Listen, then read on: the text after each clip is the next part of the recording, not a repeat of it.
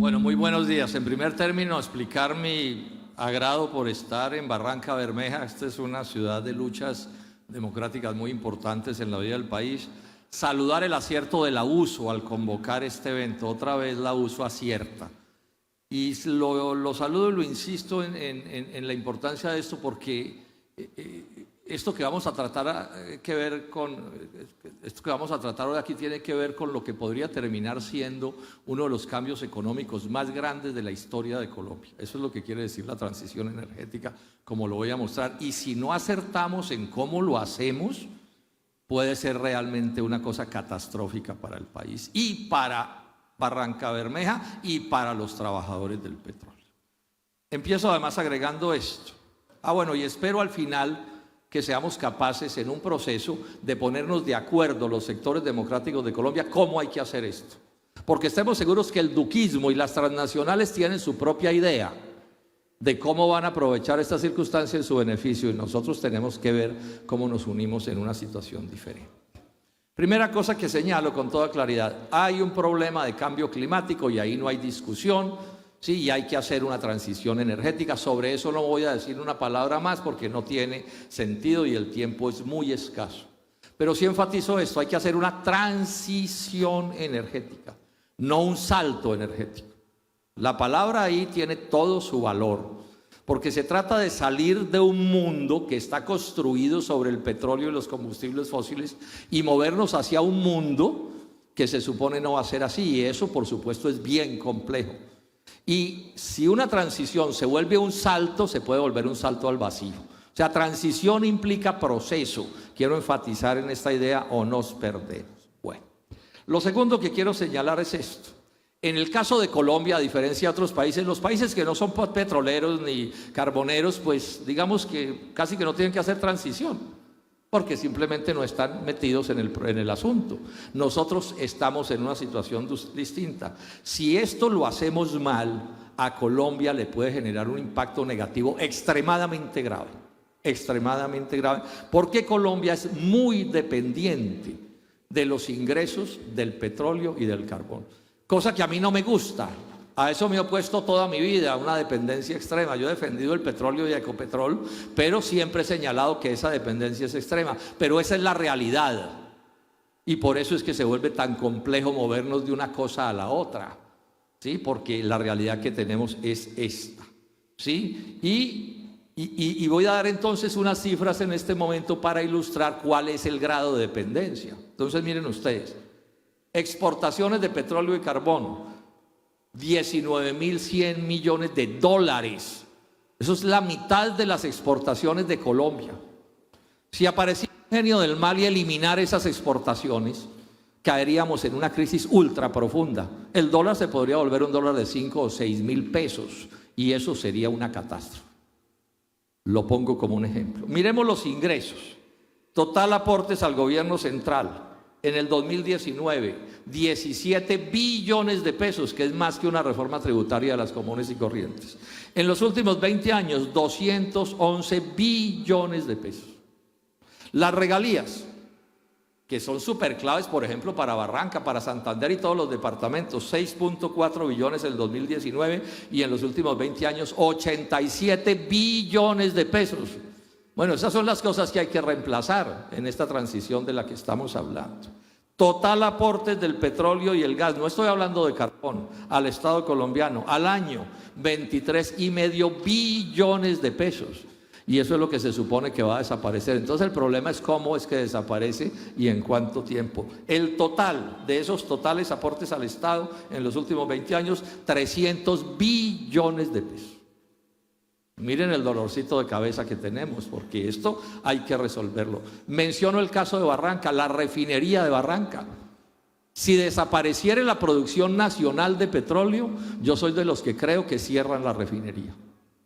Porque nadie se va a poner en la estupidez de importar crudos cuando puede importar refinados, Luis Fernando.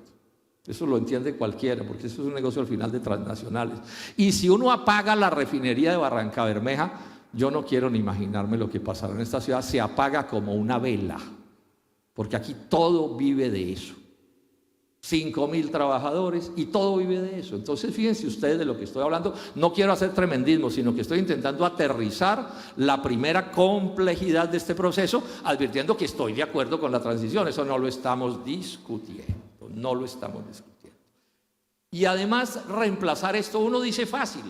No, es que eso se reemplaza de cualquier manera. Entonces, por ejemplo, hace 4 años se dijo, no, se reemplaza con aguacates. No es posible y no estoy en contra de los aguacates. Pero no es posible. ¿Que se reemplaza con turismo? No es posible reemplazar esto con turismo, no tengo tiempo para detallarlo. ¿Que es que lo vamos a reemplazar con energía solar y con energía eólica? Soy partidario de esas formas de energías limpias, pero no se puede reemplazar esto que estoy mencionando con esas formas de energía. ¿Que es que vamos entonces a dedicar a Ecopetrol a construir paneles solares? Me parece buenísimo que construyamos paneles solares, pero con eso no reemplazamos todo lo que acabo de mencionar, porque es que son negocios distintos. Es casi imposible encontrar en la economía mundial desde hace mucho rato algo más rentable que el negocio petrolero. Todos los demás negocios funcionan con escalas de utilidades completamente, ¿sí? Y es absurdo, también digo yo, tener que escoger entre una cosa y la otra. O sea, uno para tener turismo, para vender aguacates, para producir energía solar y eólica, no necesariamente tiene que cerrar la economía petrolera. O si la va a cerrar, la puede hacer o la tiene que hacer en un periodo muy largo para encontrar otras cosas que sí la puedan responder. Si Colombia se vuelve una potencia industrial, bueno, es probable que lo podamos resolver de esa manera, ¿sí? Pero eso es un proceso de alta complejidad. Pero además agreguémosle a esto una cosa: Colombia está quebrada, mis queridos compañeros y compañeras, arruinado. Cuando yo perdí la consulta de la candidatura presidencial, sentí un fresquito porque tengo la certeza de que no voy a ser presidente de este país. Porque el próximo presidente no se va a ganar la rifa del tigre, sino la rifa del Tyrannosaurus Rex. Este país está quebrado. Y si hacemos mal la transición energética, la quiebra va a ser 10 veces más grande. Me excusan la franqueza, pero se trata de que hablemos de aquí con toda la claridad. Con toda la claridad. El déficit fiscal es descomunal. Bueno, ya Gustavo Petro tuvo que anunciar que se estaba acordando con el Fondo Monetario Internacional en torno a estos temas. Estas son las realidades en las que estemos. El déficit de la cuenta corriente, o sea, ingresos y egresos de dólares, es descomunal. La deuda externa es de más de 170.000 millones de dólares. Y el país está tomado por las transnacionales cada vez más. Y yo me temo que las transnacionales van a intentar aprovechar la crisis energética para destruir a la Ecopetrol nacional y convertir esto en un negocio solo de transnacionales. Y ese es un riesgo que hay que echarle ojo. Porque las crisis, como dicen muchos, son oportunidades también para eso. Y como si fuera poco, estamos presos de los TLCs que nos impiden industrializar el país. Los TLCs están montados sobre una cosa: las potencias económicas, empezando por Estados Unidos, producen los bienes industriales y nosotros producimos materias primas agrícolas y mineras. Eso es así. Y no es posible resolver este problema en estas circunstancias. Entonces, hasta aquí dejo planteado el tamaño del lío, pero repito, hay que hacer la transición energética, en eso no tengo dudas. Hay que entrar a la energía eólica, a la solar, bueno, todo lo que todo el mundo dice, también en ese sentido yo lo hice. Bueno, ¿cuál es una cierta suerte que tenemos en este lío?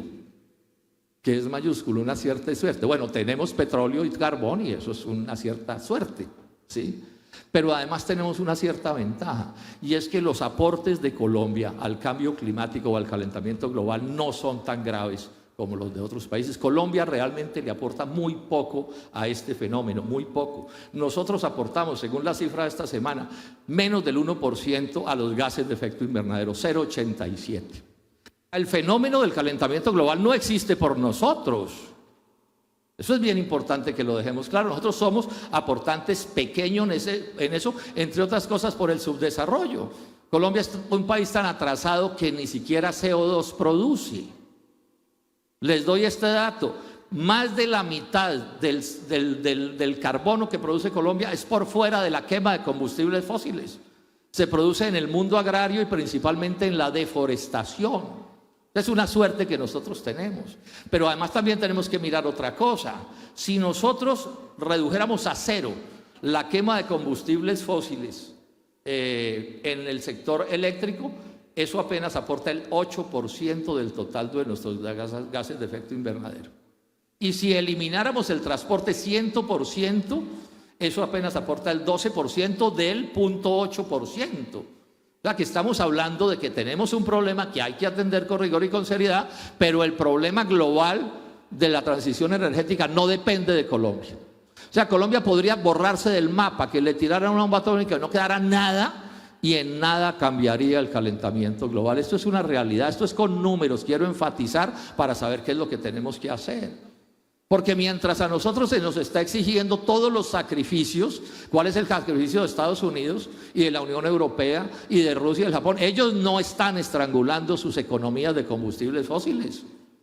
El primer productor de petróleo del mundo se llama Estados Unidos. Y no están hablando de que van a cerrar eso. No, ellos no tienen esa idea en la cabeza. Acaban de hacer la concesión de tierras petroleras más grande de la historia de Estados Unidos. O sea, ellos están en lo de ellos y están haciendo la transición, ¿pero a qué? 50, 60, 70, 80 años y no transición del 100%. Nosotros estas cosas las tenemos que entender con todo cuidado. Yo creo que el principal esfuerzo nuestro debe ser contra la deforestación, porque la deforestación aporta una porción enorme, el 40% del problema del carbono que se emite en Colombia. Ahí tenemos que hacer un esfuerzo supremamente grande. Bueno, lo otro que quiero plantear es esto, o ya lo mencioné, si Colombia no quema combustibles fósiles, no se va a resolver el problema. Les doy este dato, el consumo de petróleo de Colombia es apenas el 0,3% del consumo global. Global, esa es la realidad de la estadística que nosotros tenemos. Y si Colombia deja de exportar combustibles fósiles, otros países los exportarán y otros los consumirán. Es paja, ¿no? Esto no se puede contar dos veces. El petróleo que Colombia exporta y el carbón que Colombia exporta no produce gases de efecto invernadero en Colombia. Y si hay que contabilizárselos es allá. Y ellos verán cómo reducen esos consumos. Ese es el problema de ellos. Hay que decir estas cosas con toda claridad. Cuarto que quiero plantear, bien que el sindicalismo del mundo energético se meta a esta discusión y opinen. Es que aquí las primeras víctimas de este asunto van a ser los trabajadores del sector, entonces tienen derecho a reclamar y a plantear cómo es que se va a hacer esta transición dependiendo de ellos. Tenemos una dificultad, y lo voy a decir con toda cordialidad y franqueza. Tenemos una dificultad, es que alguien que pesa mucho en la opinión pública nacional, el doctor Gustavo Petro, a mi juicio, ha hecho unos planteamientos que están equivocados, lo digo con toda cordialidad. Bueno.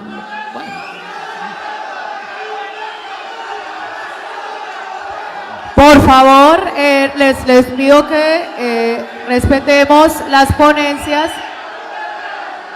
Por favor, les pedimos que respeten las ponencias.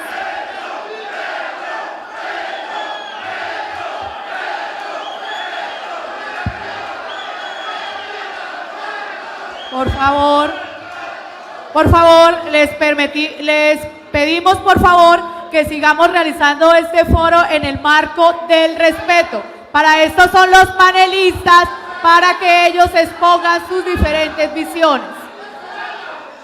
Por favor, compañeros, conservemos el respeto y el orden, por favor.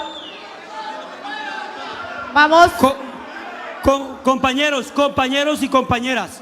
Compañeros y compañeras. Compañeros y compañeras.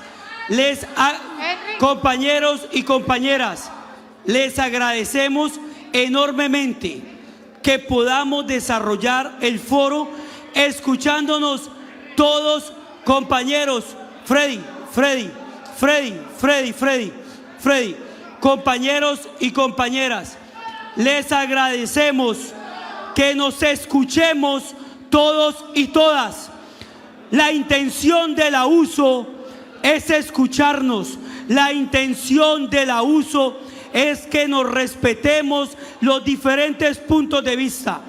Les solicitamos que permitamos que el doctor Robledo no se va a ir. El doctor Robledo no se va a salir del auditorio. Por favor, escuchémonos. Compañeros, escuchémonos. Yo fui 26 años profesor de tiempo completo en la Universidad Nacional de Colombia.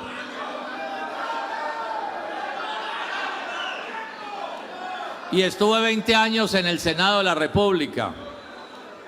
Y si algo he hecho toda mi vida es debatir con la mayor corrección y la mayor actitud democrática, y yo creo que debemos seguir aquí en esa lógica.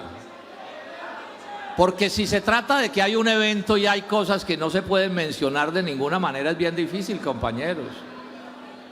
Pero además empecé por hacer un reconocimiento de signo democrático. Es que el problema es que esas opiniones, precisamente por tener ese emisor, tienen mucha fuerza en el país. Son opiniones que yo no puedo dejar de considerar en un debate como este. Es así de sencillo, compañeros. Está en juego la refinería de Barrancabermeja. Ese no es un cuento mío. Ese no es tremendismo mío. Está en juego Ecopetrol como empresa del Estado. Está en juego si Colombia va a tener futuro petrolero o no. Ese es mi debate. Y la transición hay que hacerla, pero hay que hacerla bien hecha. Yo les pido que tengamos una cierta tranquilidad. Yo ya voy a terminar, me quedan 5 minutos, pero quiero poder redondear lo que estoy diciendo. Entonces tenemos un acuerdo, compañeros, a nivel nacional. Es que hay que hacer una transición energética. Pero necesitamos encontrar los puntos de vista correctos de cómo se hace esa transición, o si no, no la va a hacer Duque como se le dé la gana. Y la transición de Duque puede ser cerrando la refinería de Barrancabermeja, que es un sueño de las transnacionales de toda la vida y por eso no la han modernizado. Esa es la realidad en la que estamos. Esa es la realidad en la que estamos. Entonces se ha planteado no explorar más. Eso se ha planteado, y no explorar más, a mi juicio, es que si usted no explora se va a quedar sin petróleo en unos años. Y resulta que si nos quedamos sin petróleo con unos años, ¿con qué lo vamos a reemplazar? Porque es que estamos hablando de la mitad de las exportaciones de Colombia, compañeros. Si nos quedamos sin petróleo, apagan la refinería. Créanme en que ese no es un cuento. Nadie va a ser tan imbécil de importar crudos cuando puede importar los refinados. Y eso es un golpe mortal a Barrancabermeja. Se ha planteado también en algún momento que no exportar petróleo. Pues si no exportamos petróleo nos quedamos sin esos recursos. Esa es la realidad, ese es el tema que yo estoy poniendo en discusión. Y hay un asunto que es muy grave, compañeros del petróleo, y échenle ojo. Este gobierno ha procedido de manera muy agresiva contra Ecopetrol y los trabajadores de Ecopetrol. Miren ustedes, las decisiones que tomaron sobre Cenit son decisiones en el rumbo de la privatización. Y Cenit, todos sabemos, es la joya de la corona de Ecopetrol. Y sería la que importaría los refinados extranjeros a Colombia para pagar la refinería de Barrancabermeja. Y ese paso fue un avance de Duque. El negocio de ISA, eso lo explica muy bien el profesor aquí, que está con nosotros, el profesor Vanegas. Una puñalada a Ecopetrol con la mentira de que era una medida ambiental, porque es que el ambientalismo lo están usando para proceder a ellos como se les dé la gana. Y ahorita lo de Invercolsa, ¿qué? Privatización también. Y ojo, yo les pregunto a ustedes, a los trabajadores de Ecopetrol y a los pensionados más viejos, ¿hace 20 años se hubieran podido hacer eso? ¿Hace 20 años se hubieran podido hacer lo que hicieron con Cenit? ¿Lo que hicieron con ISA? Lo que quieren hacer con Invercolsa. No habían podido, porque hay un cambio inmenso en los últimos años en Colombia. Y es que ha habido, a mi juicio, una visión exagerada sobre los temas ambientales. Yo soy ambientalista, he estado en todos los debates ambientales. Pero están manipulando la genuina y la respetable preocupación ambiental para una campaña de odio al petróleo, de odio a Ecopetrol y en últimas de odio a los trabajadores del petróleo. Si mañana el señor Iván Duque vendiera Ecopetrol toda, yo le pregunto a los dirigentes de la USO, cuando llamen ustedes a la resistencia, ¿cuántos colombianos van a salir? Pocos, diría yo. No, nosotros sí. Pero en Colombia ha cambiado la visión que se tenía de Ecopetrol y del petróleo y de los trabajadores del petróleo, compañeros. Yo esto lo estoy estudiando hace más de 50 años. Entonces fíjense que aquí estamos hablando de cosas de extrema gravedad. Bueno, termino diciendo entonces esto. Termino entonces diciendo esto. ¿Cómo debe ser la transición? Primero, debe ser una transición apoyada en cifras, en números, en análisis precisos, de detalle, porque si nos equivocamos en cómo es la transición, destruimos lo que tenemos y nos reventamos de hambre y de pobreza y de miseria, y esta ciudad desaparece. Esa es la realidad que tenemos. Esa es la realidad, compañeros, y eso no se va a modificar porque a alguien pues no le guste lo que yo digo. Seamos tranquilos, discutamos con tranquilidad. El segundo criterio que planteo, además de estudios de detalle, es: hay que alargar la vida petrolera. Esto es una herejía, pero lo digo. Tenemos que alargar la vida petrolera.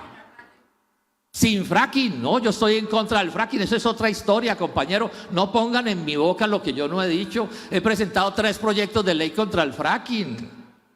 No, seamos tranquilos en el debate. Seamos tranquilos en el debate. Si Colombia apaga mañana su economía petrolera, nos hundimos como país.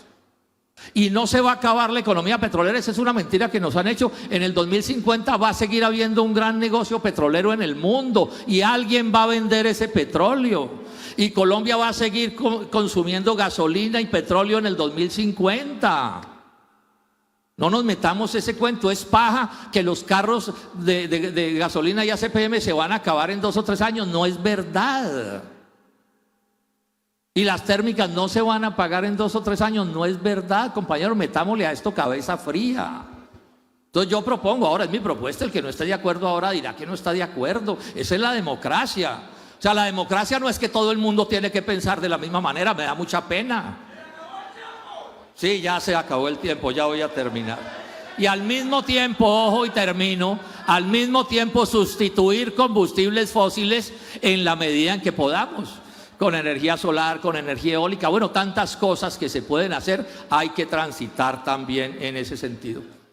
Ignacio Lula da Silva, en estos días, refiriéndose a este tema, dijo que él para Brasil y creía que para el mundo le parecía irreal acabar a la carrera la economía petrolera y gasífera y carbonera. Y es lo mismo que plantea López Obrador en México. Y es lo mismo que plantean en Venezuela. Y es lo mismo que plantean los alternativos de Argentina. O sea, a mí no me van a meter el cuento que aquí lo revolucionario es acabar con la economía petrolera de un día para otro. No es así. Y termino diciendo esto, compañeros, y termino. Una propuesta de unidad, se la hago a la uso formalmente, la propuesta de unidad. Primero, una transición, sí, sensata, medida, estudiada, con propuestas que derroten las propuestas de los malos gobiernos de Colombia. Segunda propuesta, unirnos en la defensa de Ecopetrol como empresa estatal y como empresa nacional colombiana. Y eso incluye unirnos en la defensa de la refinería de Barrancabermeja y de su modernización. Aquí la otra vez que estuvimos con Hugo Serrano hace muchos años, recuerdo que allá en Infantas, concluimos que la defensa de la refinería era un elemento fundamental de todo este asunto. Bueno, hay que seguir pensando en eso.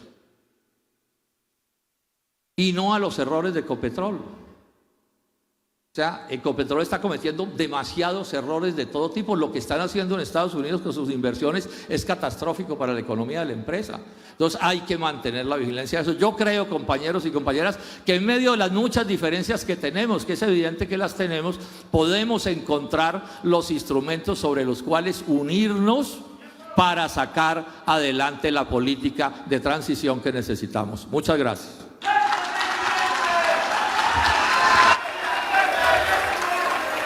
Gracias, senador.